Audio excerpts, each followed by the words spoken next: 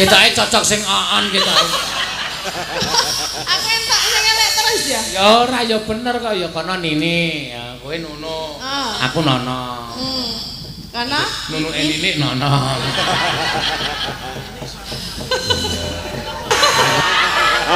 pengen ditilit tengkleng. Ayo mbok aku nek didepi apa-apa gelem kok. Geleman berarti ya. Gelem nang didepi Nini ya gelem Nunu ya gelem. Dito ratu tekan iki mau kok kono terus kowe megal-megal. Mulane nopo wong.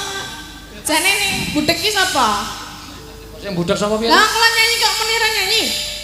Aku ki sak baris kono, sak baris kene, sak baris kene, sak baris kono. Kono nganti baris bola-bali mah.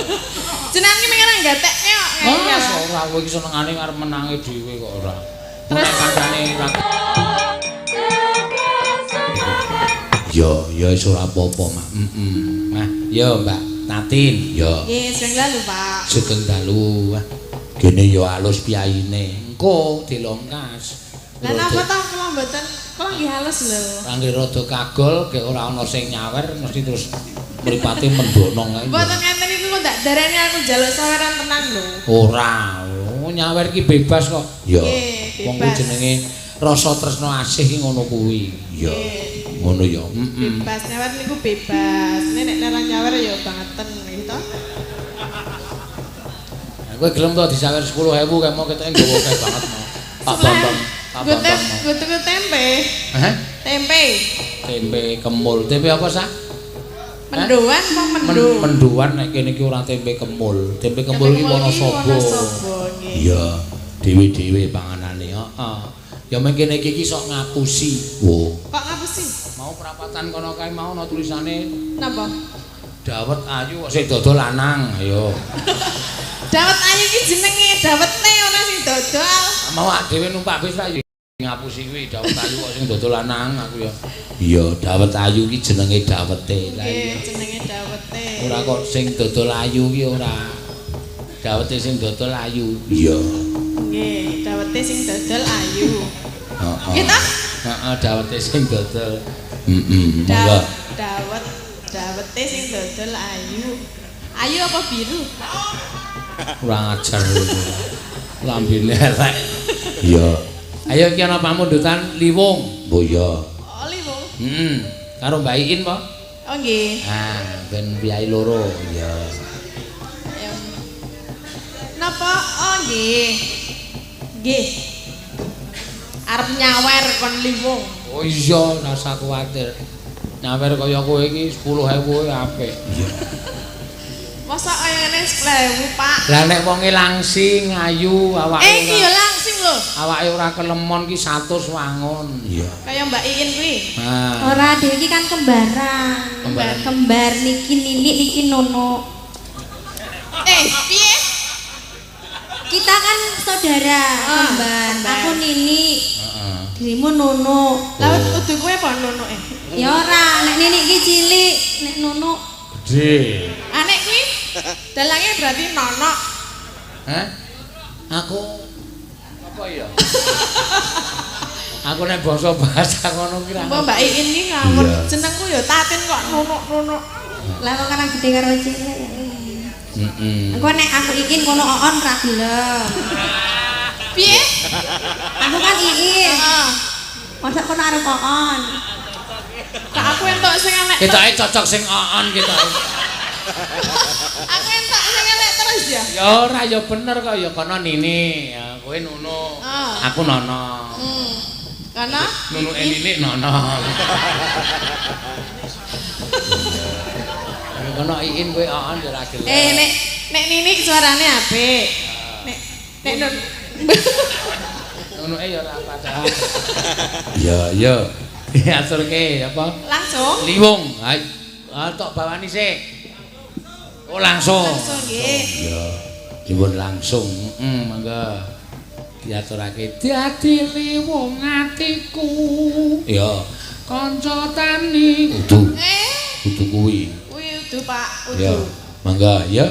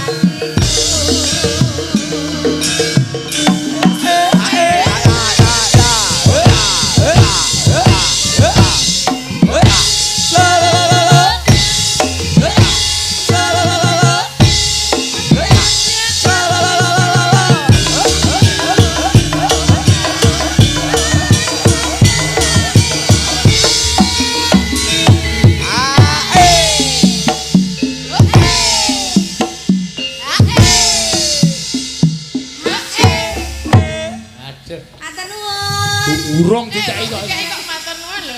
Nyicil. Matur nuwun nggih, Pak.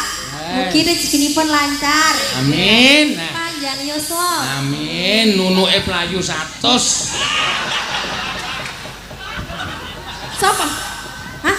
Karo Ninik bareng lho. Oh neneke ya playu 100. Nggih. Lumayan, donku cilik payu 100.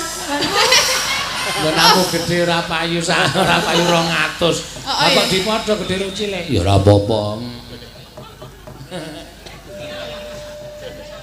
Ming anu gone cacing ming daging. Karepe apa? Ya paling ora ana gajine apa piye. Ora enak ya gaji Rek niki komplit kok, daginge ana, gaji ana. Oh, bangane iki balung tok ayo. Balung ki digoleki lho. Apa iso? Digawe tengkleng. Apa ana tengkleng saka daging sing gedhi-gedhi ora ana. Ora ana tengklenge saka balung. Enak. Enak dititili ya. Pengen nitili tengkleng. Ayo mbok aku nek didepi apa-apa gelem kok. Geleman berarti ya. Gelem man didepi Ninik ya gelem nunuk ya gelem. Iya, ora tolakan kok. Kok brokoan. Mbah. Kowe kok sing marahi mau. Pak aku kan terus sing gedhe. Among Ninik nunuk barang. Ini nunuk nonong. Sijine sapa? Nonoke jare aku. Non. Ninik nunuk nonong aku lanang kok. Apa non? Iin, uun, oon. Pokoke tiba di oon dhewe. Gindring gundrung gondrung. Apa sih? Iya. Sabda Pandita Rak. Mangga ya. Sabda Pandita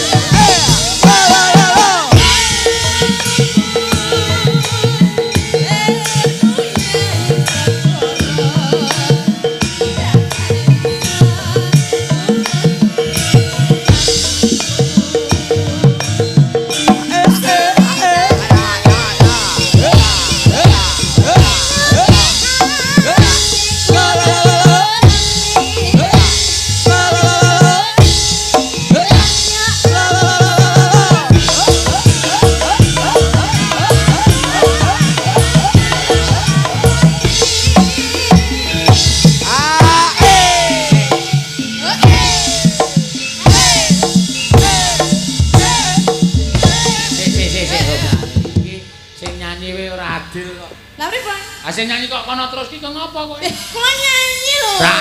Suarane aku apal, suarane ini apal. Ket mau saka sabda Pandita Ratu tekan niki mau kok kono terus kowe megal-megal.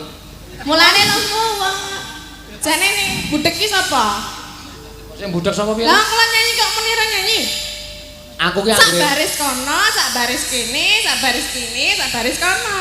Kono nganti baris bola-bali mah. Jenengan ki mengen gatekne kok. Ora kowe iki senengane arep menange dhewe kok ora.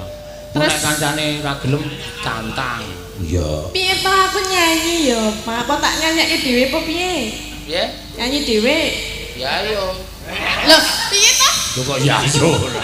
Kondur penak. Ya yo. Iya kok. Ayo ya wis tak anggap nyanyi ra apa-apa wis. Oh, nyanyi lho lagi. Iya iya iya. Wong ning suarane aku ket mau krungune ming suarane Iin. Apa temen-temen Iin terus? Oh, ora. Lah? Iin nyanyi ning si Oon ora gelem nyanyi. Saiki dirungokke. Karang iki karang wis mulai pertama kok ming wiwiti tok. Iya. Krungokke ya, kupinge dijembeng. Mulai ta, mulai wis. Nek kuping ki ora dijembeng, koroki. Lah nek dijembeng apa? Mbok. Lah yang dingene Ya tangan sing kulin aja.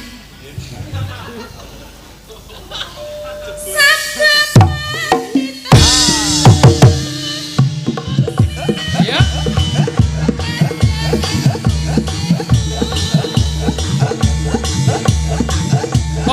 Apa? Barene. Penyanyi loro ora tanggap kabeh. Lah piye? Kendangan kok ngene iki sing megol ming pinggul.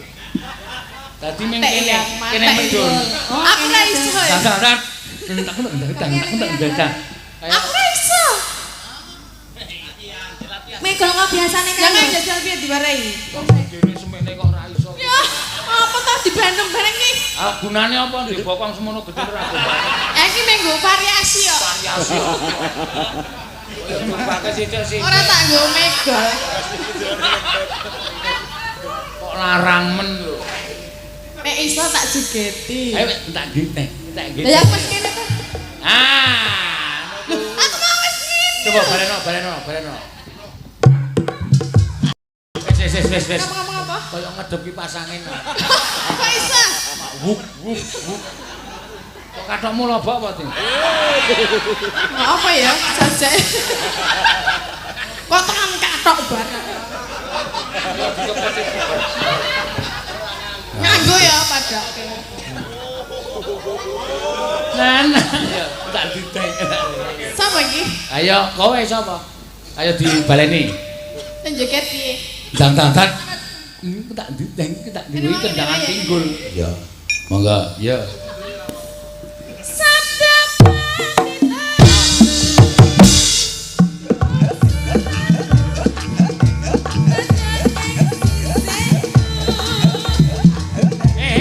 Kowe yo iso kok mbukono ngene kok kowe meneng wae. Tak kira mingguan tak aku nembang. Oh, ora. Oh, ora. Iki sekali iki ora dadi tak bubarke iki. Apa nek wayange? Ini lho, kaya kae mau lho. Piye to? Gergaji. Maju mundur, mundur megol, Megel, mendek, memburi, ini, maju. ini. Nah. Terus Terus ngono terus mlaku karo melet. kok kaya apa melet barang. Iya, baleni. Sapa sing kompak ya? Aja gergaji. Sampai mana? Gergaji. Sabda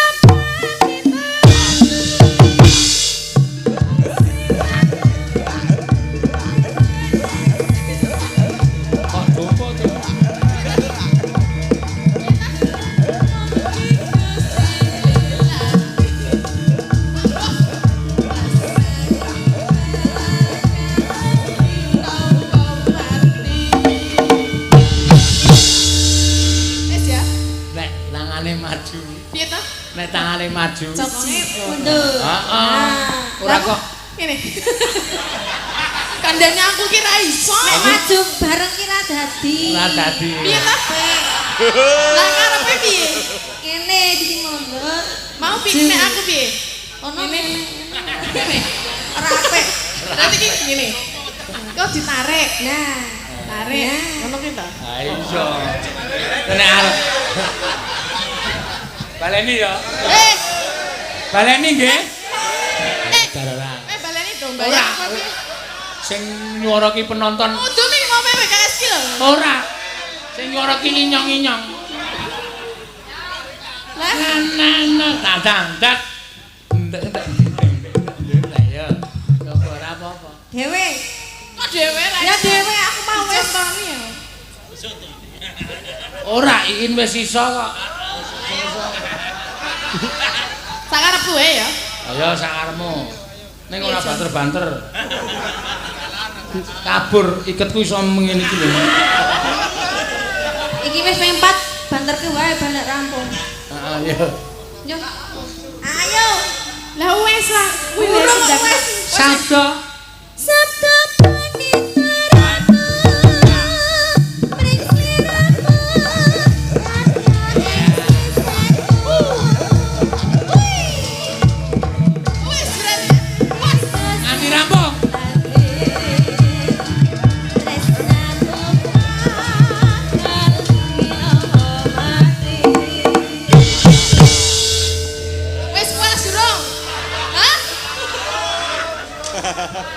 coba kene coba rene ya. Boyokmu tak kendokke sini. Lha ngopo sih? Wong ana kunci iki lho. Ben ngopo? Ketake kene kaya kekencengan. Nek dikendokke wah, tak dudat. Engko nek ambyar piye? Pun nggih. Aneh-aneh wae. Wis ya. Sampun, matur nuwun. Ya, wah. Sing siji ora kelina joget, jogete angguh no. Oh. Mbak Tatin iki saka Kulon Progo. Mbak Iin iki ya. Mbak Iin iki ya angguh. Iya. Ngono ya, Mak. Ya wis ora apa-apa. Ya. Iki wis jam 1:30. Ya. Jamku lho. Ya. Mula ceritane teruske dhisik mengko gara-gara iso disambung ya, Nak. Iya, ya Mak tak derekake. Ayo nggih. Kan samar pamaring sapa Sinuk maya winayo ing sepi sumimpen telenging kalbu pambukaning warana tarlen saking liyep layaping aluyup pindha pesating sumbana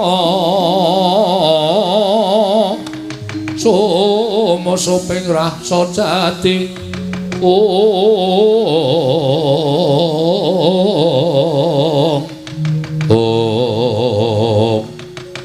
ora to kaya ing mapan wonten ing Dhatun Galindrawati nana gandha sapunalika semanten begawan durung ngawi sanggane para sata Kurawa pating bleber pating corot Kartmina katemping jala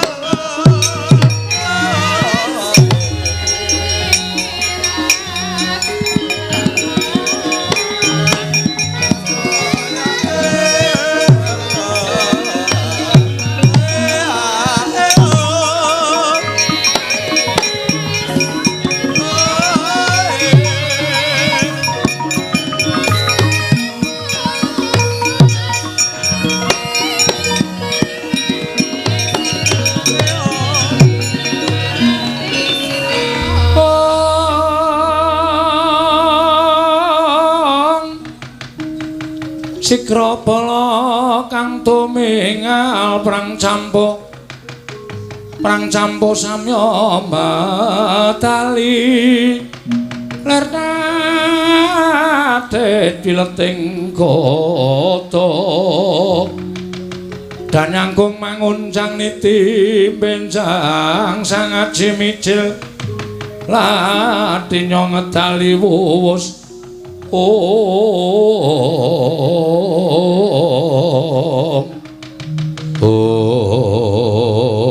Kakang Durna pripun kabari dene sampeyan kok malah metu njaba nglumpukke para sata Kurawa pripun Mremban angsal damel kula mboten boyong putri Ndarawati lho ing putra ing Banjar Jungu undur sasana nungsung pawarta lho pripun Lesmana kelakon dhaup menapa mboten kula nadhong dawuh Bapak Mremban nadyan keputra pun Surtayu cumadhong dawuh Bapak Mremban nadyan kula pun Kartomarma cumadhong dawuh kula pun Swatama cumadhong dawuh Mremban pripun Mbah itu gawe napa bocah Agripu sapian lambat dateng pun Pulatawati badhe kajauhaken kaliyan pun Lesmana Mandlaku Bala Itu dawel menapa boten Mremban nuwun sewu Dipate nggih Kakang Durna pripun niki kula upamake kriwikan dadi grojokan geguyon dadi tangisan liripun pripun sampeyan paring pangandika mekaten sowan kula kaliyan Anak Prabu Baladewa nalika semanten sampun tinampi dening nata ing Ndarawati Prabu Sri Bathara Kresna napa sing dadi wigatinipun kula aturake ning babak anglayani jujul anusuli sawanipun Panakawan Nalagaring lan Bagong ngandhakake nek Petruk lara jarine Anak Prabu Ndarawati tau tate paring pangandikan sapa sing iso mbalekake pustaka jaman Limasada yen wadon diaku putra yen lanang dipek mantu lho menika ingkang dadosaken perkawis tumuli dados gegeran wonten ing parepatan negari Ndarawati antawisipun kula kalih Nalagaring Anak Prabu Baladewa kalih Bagong wah wis boten katen-katenan tumuli Nalagaring lan Bagong nantang kalian ingkang rayipun Begawan Durna. Oh ngoten nggih. Terus Anak Prabu Baladewa ditantang dening Bagong. Tumuli kula nglampahaken para sata kula menika ing miganti Dursasana. Pripun, Mremban? Iki Bagong karo Gareng tekan kene. Undurna jale, yen ora iso tak undurke rangketen tangane. Krincungen sikile. Iki ngestakaken dawuh. Aja nganti kowe dikangelan. Nek nganti kowe kalah karo Nalagaring karo Bagong, wah Lesmana anakmu gane bakal dhaup karo Purantawati gagar wigar ora entuk karya. Oh nggih, ngestahaken. Nggih, ngestahaken dawuh. Kowe iki ngapa Dursasana? Wis sago kok isih cengenges-cengenges. Lho mawon. Sago kula niku. Niku jane mboten lahir batin. Lho, kok lahir batin? Mergi kula ngertos Gareng niku sapa, Bagong niku sapa. Mula Kurawa mboten wonten sing saur manuk. Kurawa mboten wonten sing wangsulan niku merga Kurawa niku batin atine kula wis ngerti. Nek janjane wedi kabeh kali Gareng kali Bagong. Mula do trima meneng mawon. Lho, Gareng ki mung ponakan, Bagong ki mung ponakan kok wedi nek diwedeni apane? Oh, sampeyan mboten ngerti kok. Itahe pancen ming Panakawan loro saudon telu saurupaning nun sewu nika anake Semar. Monggo Semar niku dewa Ngejawanta teges nika turuning dewa. Tur wong salwangsul kula tak takon kali panjenengan Bapak Mremban. Kurawa teng pundi papan niku nek ketemu Panakawan loro siji Petruk, loro Gareng, telu Bagong wis dadi Pancakara ning ora tau iso menang. Lah kok begini iki ajeng dibaleni. Mengke kairagan ku priksa. Sing priksa sapa? Kurawa no. Dikira sapa? Kurawa niku bakale do ting penyonyo, sirahe do ting penjoto. Urang-urang bejane tugel tangane. Tugel sikile kok sampean niku menak-enak paring dawuh. Dur, nun. Dawuh Kakang Durna kuwi dadi sabdaning Narendra Ngastina. Nek kowe ora menyang padha karo kowe nyulayani rembuke Anak Prabu Duryudana bakal gedhe pidanane. Lah, ngene iki sing kula wedeni. Terus pripun? Mangkata ya le ora ketang saubengan robengan mangkata. Sirnakna yen perlu bandanen Nalagaring karo Bagong mengko men bisa lulus nggone Boyong Purantawati. Oh, nggih. Ning janji lho, Man. Janji apa? Ya ora ketang klungsu-klungsu nek meludu ngestu padha dawuh Begawan Durna nek iso nek mboten iso ya samadya mawon. Butuhe kowe mangkat nggih. Ayo Le. Nyekel gareng karo Bagong. Ora sada wedi, ora sada walang ati pikire. Sing tetek kanggo tanggon pestekno kowe bakal rekoso uripmu kowe. Malah medeni adi-adine Surtayu wonten timbalan Kartomarma wonten dawuh swatama mangkat lho nggih ngestaken dawuh nyuwun pamit paman sing ati-ati aja kaya bocah cilik durma gati mangkat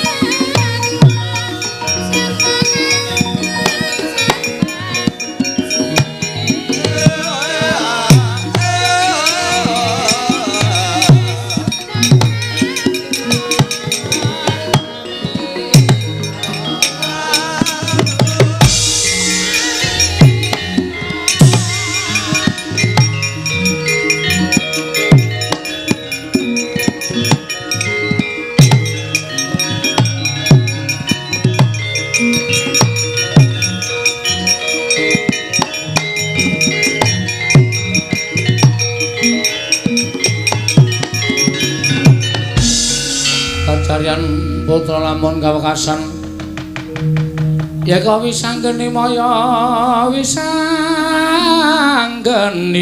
Wisnu Pratenta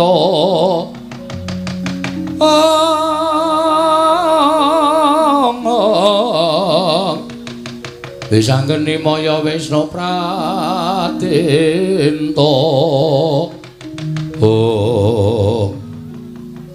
Kurawa wis damblak-damblak lho rek. Ah iya aku ya ngerti.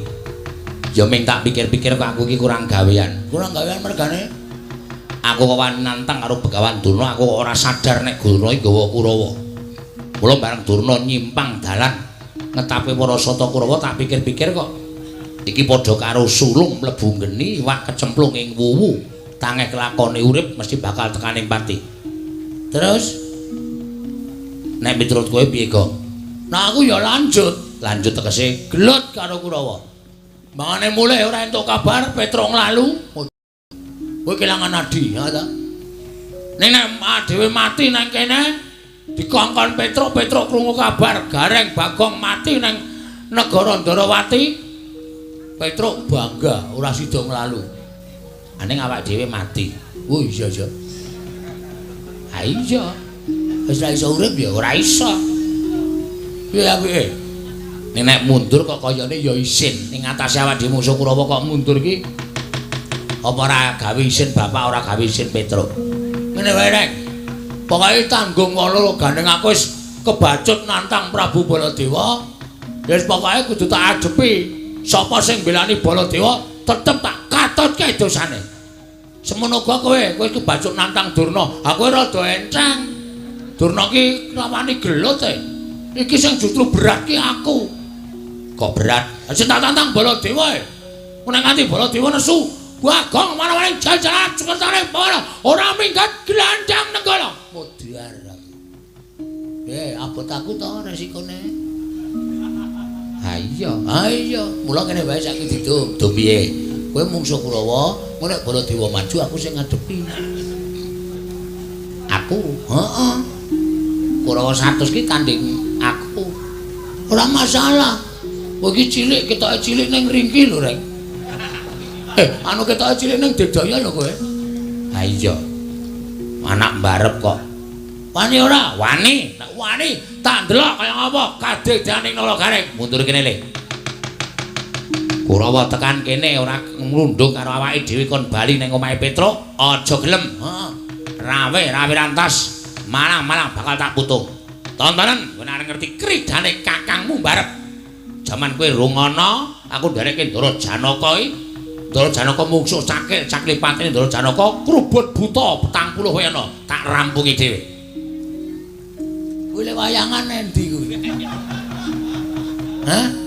Aku tak takon le wayangan endi Gareng kok menang ro buta 40 iki.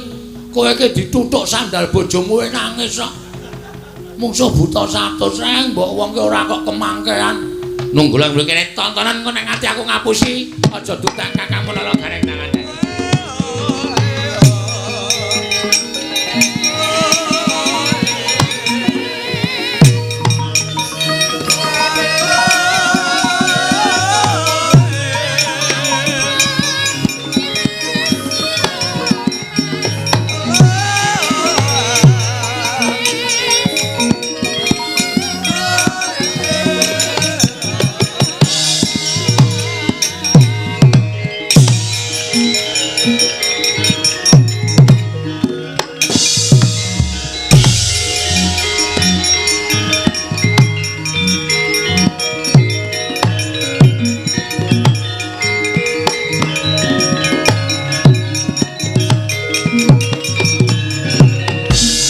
Tinututi lamun katututan lamun masa prawira digdaya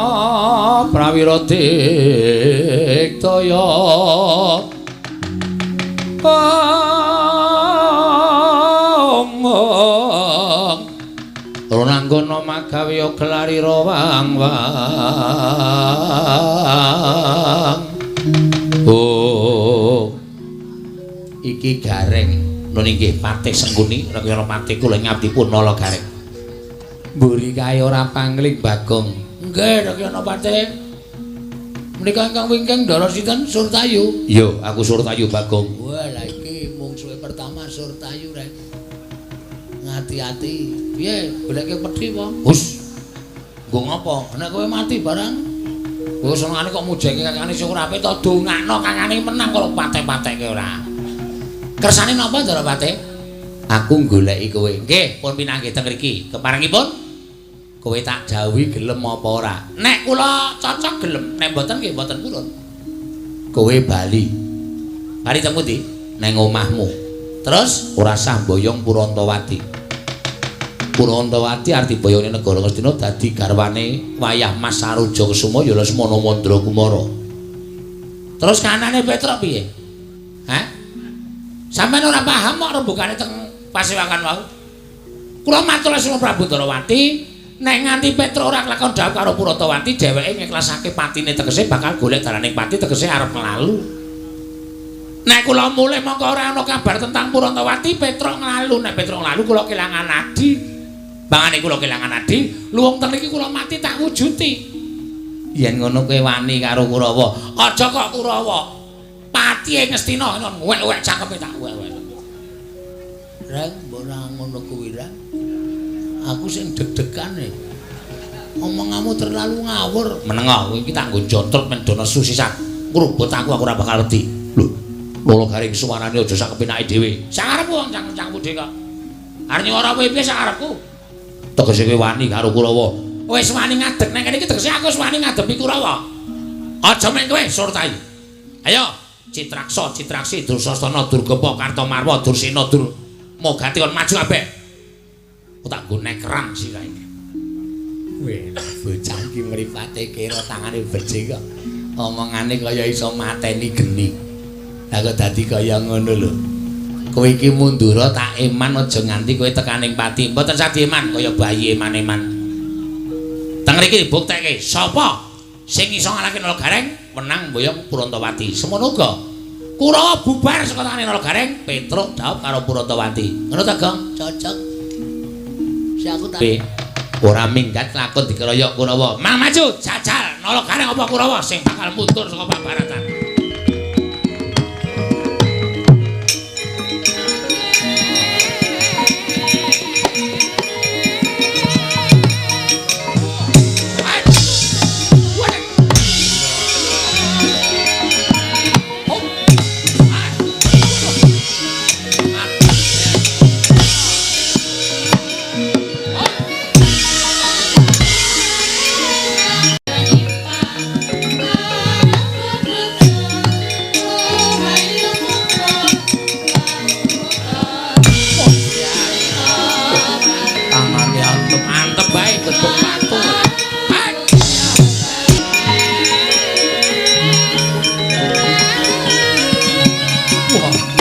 Wedang tangke barat.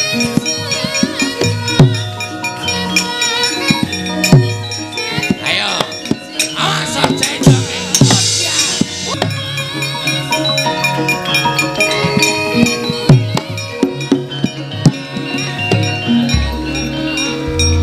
Asem kok. Gleleng tenan iki gareng.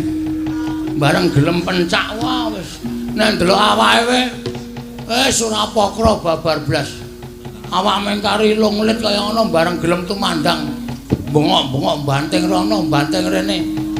Wah, seneng aku reng, bangga aku duwe kakang kaya kowe. Ora ujar ora kaul. Saking bangga-banggaku isih uripe tak kijing kowe reng. Saking seneng-senengku tenan. Aku pengen nonton selanjutnya kisahe kaya ngapa. Nek gareng kaya iso ngarake Ndara Sotayu.